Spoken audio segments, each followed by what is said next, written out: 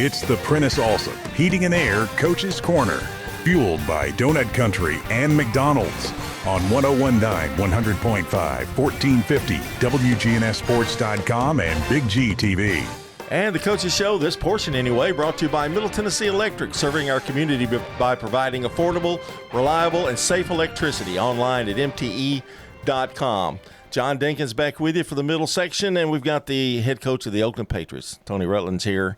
And Tony, I just got to admit, this is the first time I've got to talk to you. I haven't quite gotten used to you in red yet, but yeah. I will. A lot of people haven't. It's been an interesting year for you. I know a lot of changes, getting to know new personnel, and I guess that's the first thing that really hits me is a new coach and getting the kids that you have to learn your way. And that's probably the biggest challenge, I guess. It is. And I think for me and the coaches, it's just the biggest adjustment. We're competitors, and we've been successful for the past 5 years or four years at Laverne. We saw results. Mm-hmm. And sometimes now we have to keep it simple and dumb it down a little bit. But at the end of the day, I don't think we cut out our standards, our non-negotiables, where there's effort on the court. I tell the kids all the time, I could care less about missed shots or turnovers. It's what you do after that that makes you come out. It has nothing to do with the turnovers or the shots. But in order to build a culture, it's going to be some controversy. It's going to be some going back and forth. I heard a coach say that when you're trying to build a culture, it's not going to always be pleasant at first. And I think we're at that stage. But I do see spurts, and I do see times where the kids are buying in. We just don't get to buy in for 4 quarters. Yeah, the consistency part of it, I guess, is really the big thing. You've had and I hats off to all you coaches, but your schedule's been really rough, really tough. Yeah. But I think that's been good for them, and they lost. You lost a close one to Riverdale, 48-45. We were at that game, mm-hmm. and you had that game in hand. I'll put it that way. Yes. Which brings me to my next question. Those guys, you've got to teach them how to finish games, and have you seen that? Has that been kind of a consistent thing throughout the year? It is, and I think they're past. They just haven't been used to winning or winning tight games, whether it's missed free throws or finishing with layups. When I was at Laverne, we're up 2, maybe 3 or 1. With less than 2 minutes left, we already knew what we was going to do. Mm-hmm. We was going to run it out. We were going to get fouled. We were going to knock down free throws, get stops, and continue to do it. We're not on that page yet, and our coaches just talked about it. You know, our guys, like the coaches, I stressed enough, details. Our details hurt us 10 to 15 points a game.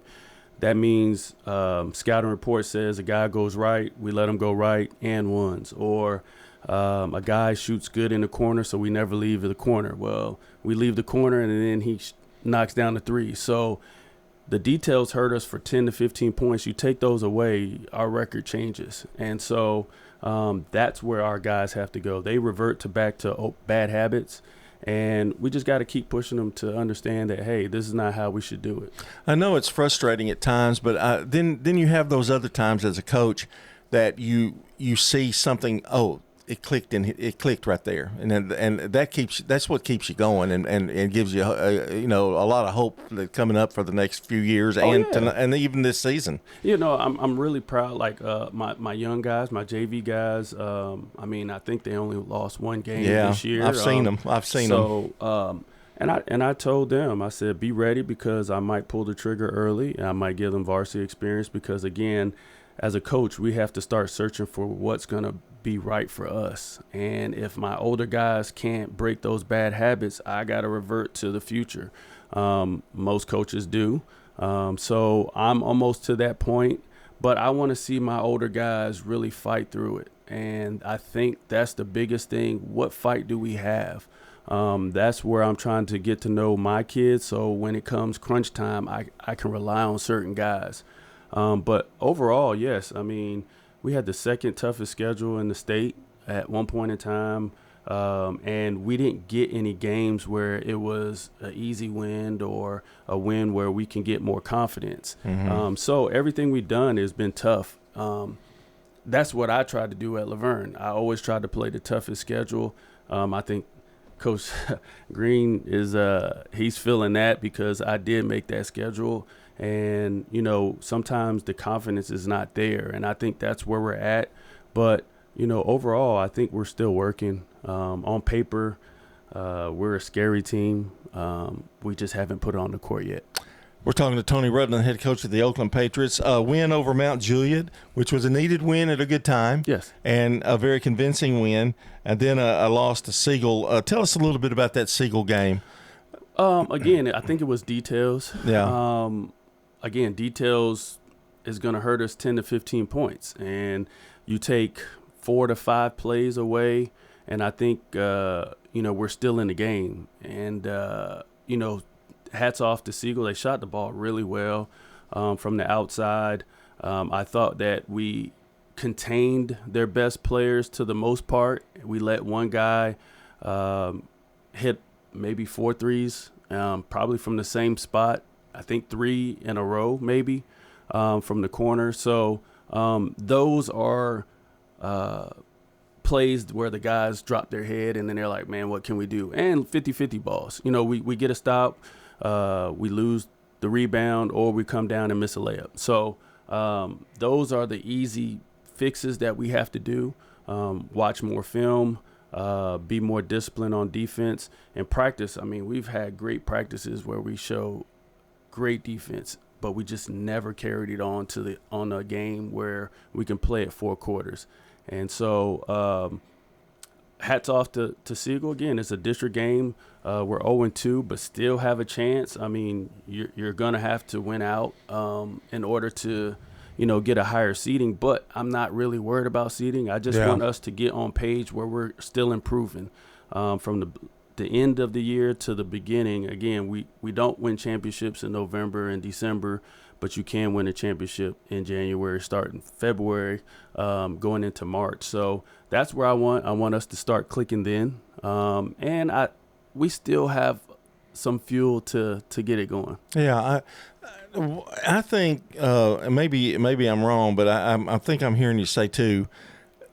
They're streaky, and that's really not a good way to put it. The consistency, really. Yes. But they'll play 3 or 4 minutes, and you'll see they're one of the best basketball teams in mid-state. Yes. And then you'll see say what's going on there, and that's part of it, I think. Yeah, and you know, for us, you know, people don't realize it, but you know, I have probably 3 guys that really only have varsity minutes. Well, 3.5, and then everybody else are been, you know, like role players or play JV. And so my sophomore class is probably the best class that I've had, you know, as far as talent. But yes, we'll see spurts and we'll get it, but you know, we have to put it together. And again, I think our team is really pushing ourselves more. And once we have somebody who step up as a leader, I think, you know, it'll sky the limit. Yeah, you've got Blackman and Rockville and Smyrna, the next 3. Yep. So this is going to be a telltale for you, I think, to see if we can get that consistency together. Yes.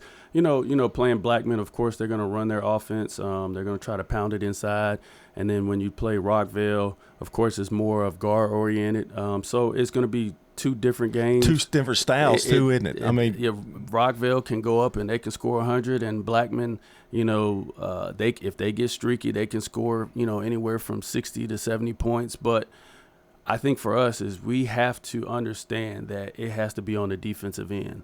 I feel like they've never been to a team where they had to stop you. I think they always felt like they can outscore you.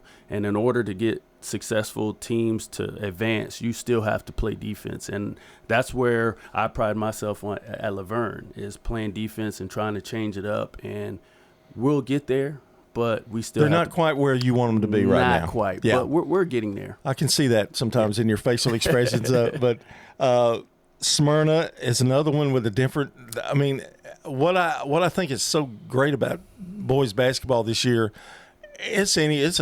to me, it's a toss-up because there's so many different styles, so many different type of athletes.